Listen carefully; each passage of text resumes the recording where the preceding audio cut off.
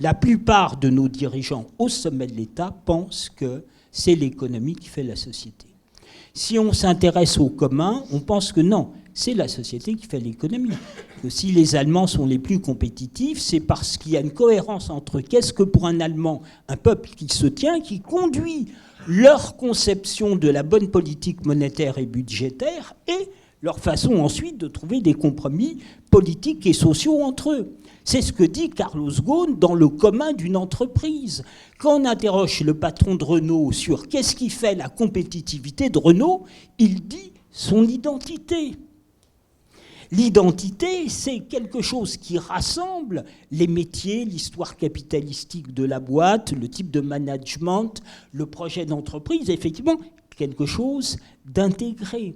Donc, on a un problème spécifique en France, c'est que nos dirigeants, ceux qui prennent les grandes décisions, comme au plan international, pensent que l'économie fait les sociétés. L'idée de commun, de quelque chose qui, par le bas, ferait les sociétés, les déstabilise. Alors, c'est pour ça qu'ils ne comprennent pas ce qui se passe dans le monde.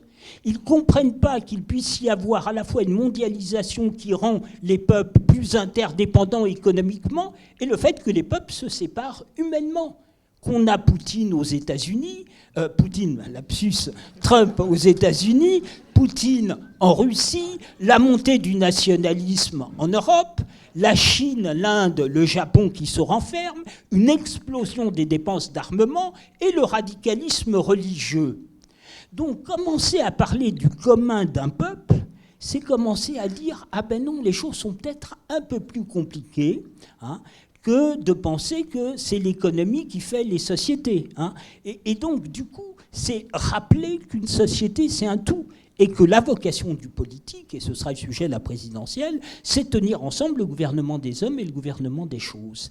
La technique, l'économie et tout ça, ce sont, je dirais, des passions naturelles. Le danger, le risque, c'est que ceux qui nous gouvernent et qui prennent des décisions voient le démenti de leur thèse apporté par ceux qui portent des passions tristes.